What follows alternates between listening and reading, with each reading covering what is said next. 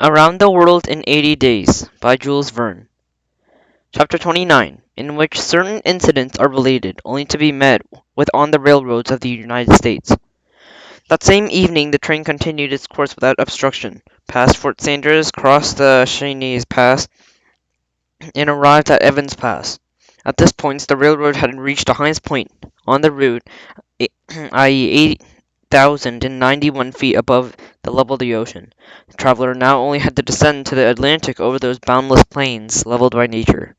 There was a branch of the Grand Trunk to Denver City, the principal town of Colorado. This territory is rich in gold and silver mines, and more than 50,000 inhabitants already settled there. At this moment, 1,382 miles had been made from San Francisco in 3 days and 3 nights. 4 nights and 4 days, if nothing interfered, ought to be sufficient to reach New York. Phileas Fogg was then still within his time.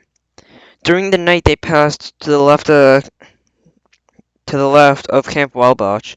Lodge Pole Creek ran parallel to the road, following the straight boundary between the territories of Wyoming and Colorado. At 11 o'clock they entered Nebraska. Passing near Sedgwick, they touched Julesburg, on the South Fork of the Platte River. It was at this point that the Union Pacific Ocean was inaugurated on the 23rd of October, 1867, by its chief engineer, General G. M. Dodge. They stopped their two powerful locomotives, drawing the 9 cars of invited guests, prominent among whom was a vice president on the road, Thomas C. Durant.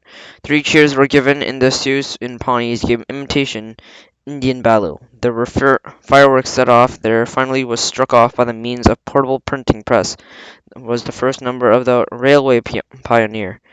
Thus was celebrated with the inauguration of this great railroad, and was an instrument of progress in civilization, thrown across the desert, destined to bind together towns and cities not yet in existence. Whistles of the locomotive, more powerful than the lyre of Amphion, which was soon to make them rise from the American soil. At 8 o'clock in the morning, Fort Mefsern was left behind.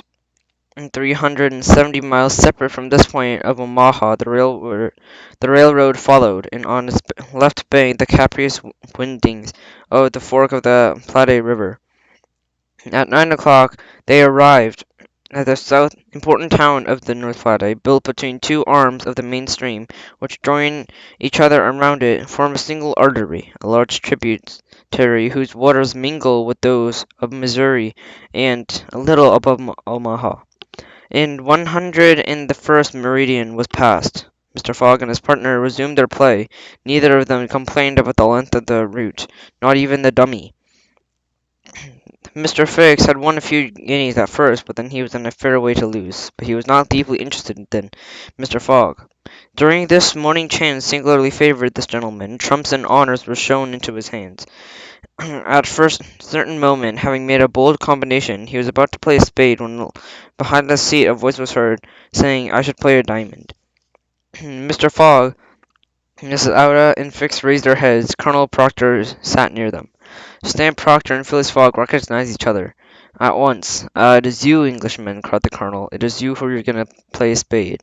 "And who plays it?" replied Phileas Fogg coldly, laying down a 10 of that color. "Well, it suits me to have it diamonds," replied Colonel Proctor in an irritated voice, and he made a motion as if to pick up the card played, adding, "You don't understand anything of the skill." "I would prefer to be more skilful than another," said Phileas Fogg. "Then you'll have to try it," said John Bull, replied the coarse fellow. Mrs. Aouda became pale, and all the blood went to her heart. She seized Phileas Fogg's arm, and he gently repulsed her. Passepartout was ready to throw himself on the colonel, who was looking at his adversary with the most insulting air, but Fix had risen, and going to Colonel Proctor and said, "You are going to forget you have to deal with me, whom you have not only said but struck." "Mr. Fix," said Mr. Fogg, "I beg your pardon, but it concerns me alone, and I insist that I was wrong in playing a spade. The colonel has insulted me anew, and shall give me satisfaction." "When you will, and where you will," replied the American, "and whatever weapon you please." Mrs. Aouda tried in vain to restrain Mr. Fogg. The detective uselessly endeavoured to take up the quarrel on his own account. Passepartout wanted to throw the colonel out of the door, but a sign of his master stopped him. Phileas Fogg went out of the car, and the American followed him on the platform. "Sir," said Mr. Fogg to his adversary, I am very much in a hurry to return to Europe, and any delay whatever should be very judicial, very judicial to my interests. Well, what does that concern me? Replied Colonel Proctor. Sir, replied Mr. Fogg, very politely, after our meeting in San Francisco, I formed the plan to come back to America to find you, once I'd completed the business which calls me to the old world. Truly, will you not appoint a meeting with me in 6 months? Why not 6 years? I say 6 months, replied Phileas Fogg, and I'll prompt to meet you. All evasions, cried Stamp Proctor. Immediately or not at all? All right. You are going to New York? No. To Chicago? No. To Omaha? It concerns you very little. Do you know Pronk Station? No. It is the next station. The train will be there in an hour. We'll stop 10 minutes. 10 minutes we can exchange a few shots with our revolvers. Let it be so, replied Mr. Fogg, and I will stop at Plum Creek. And believe that you will remain there, said the American with unparalleled insolence. Who knows, sir? And replied Phileas Fogg, and he re-entered his car as coolly as usual. That gentleman commenced to reassure Mrs. Ouda, saying that her blusters were never to be feared, and he begged Fix to act as his second in the encounter which was going to take place. Fix could not refuse, and Phileas Fogg resumed to his interrupted game, playing a spade with perfect serenity. At 11 o'clock, the whistle of the locomotive announced that they were near Plum Creek Station. Phileas Fogg rose, and followed by Fix, he went on to the platform. Passepartout accompanied him, carrying a pair of revolvers. Miss Ouda remained in the car, pale as death. At this moment, the door of the next car was opened, and the Colonel Proctor appeared likewise upon the platform, followed by his second, a Yankee of his own stamp. But the moment the two adversaries were going to step off the train, and the conductor ran up to them. "You cannot get off, gentlemen. Why not?" said the Colonel. "We are 20 minutes behind time, and the train does not stop."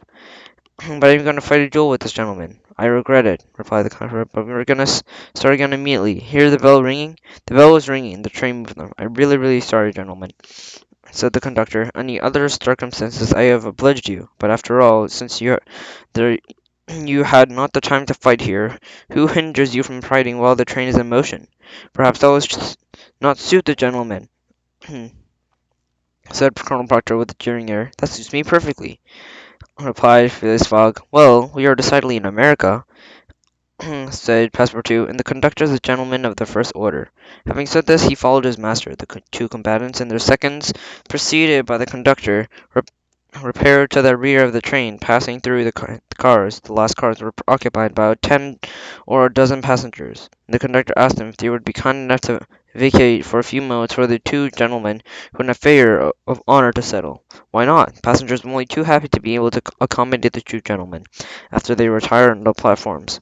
The car, 50 feet long, accommodated itself very conveniently to the purpose. Two adversaries might march on each other in the aisle, and fire at their ease. There was never a duel easier to arrange, and Mr. Fogg, Colonel Proctor, which each furnished two six-barreled revolvers,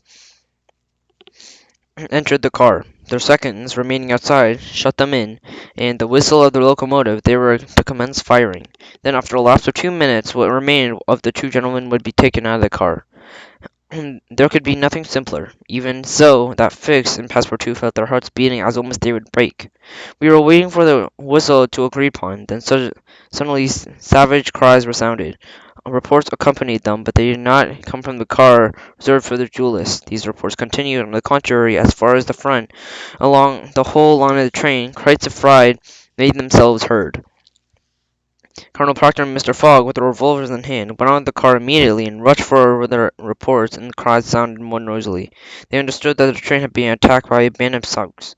It was not the first attempt of these daring Indians. More than once already they had stopped the trains, according to their habits, without waiting for the stopping of the train. They rushed upon the steps on the numbers of hundreds, and they scaled the cars like clowns does a horse at full gallop.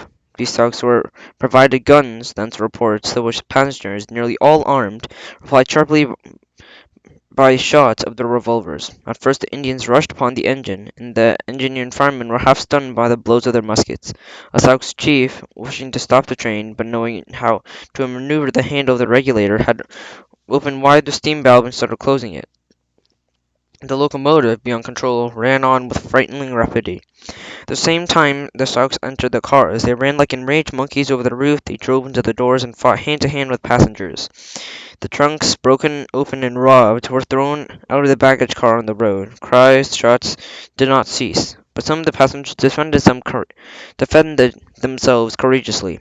Some of the cars, barricaded, sustained under siege like real moving forts, borne on speed of 100 miles an hour.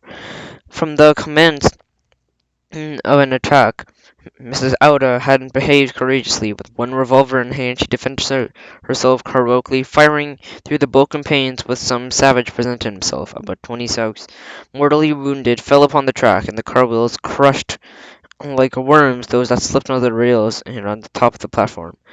Several passengers, severely wounded by bullets or clubs, lay upon the seats. But an end must be put to this. The combat lasted only for 10 minutes and could only end in advantage of the Sioux. If the train was not stopped, in fact, Fort Kearny station was not 2 miles distant. There was a military post, but that passed between Fort Kearny and the next station's house would be masters of the train. The conductor was fighting at Mr. Fogg's side, and when a ball struck him and he fell, cried, "If we are lost, the train is not stopped inside of 5 minutes." "It shall be stopped," said Phileas Fogg, who was about to rush out of the car. "Remain, monsieur." Passepartout cried to him, "That is my business." Phileas Fogg had not the time to stop the courageous young man, who, opening a door without seeing by Indians, succeeded in slipping under the car. Will the struggle continue whilst the balls crossing each other above his head. Recovering his agility, his suppleness as a clown, he made his way under the cars, clinging to the chains, asserting himself by the lever and brakes of the edge of the window sash. Climbing onto one car after another with a marvellous skill, he thus reached the front of the train. He had not been seen, he could not have been. There, suspended by one hand between the baggage car and tender, with the other he loosened the couplings, but in consequence of the traction he would have never been able to pull out the yoking bar if a sudden jolt of the engine had not been made the bar jump out. The train, detached, was left farther and farther behind, while the locomotive flew on with new speed.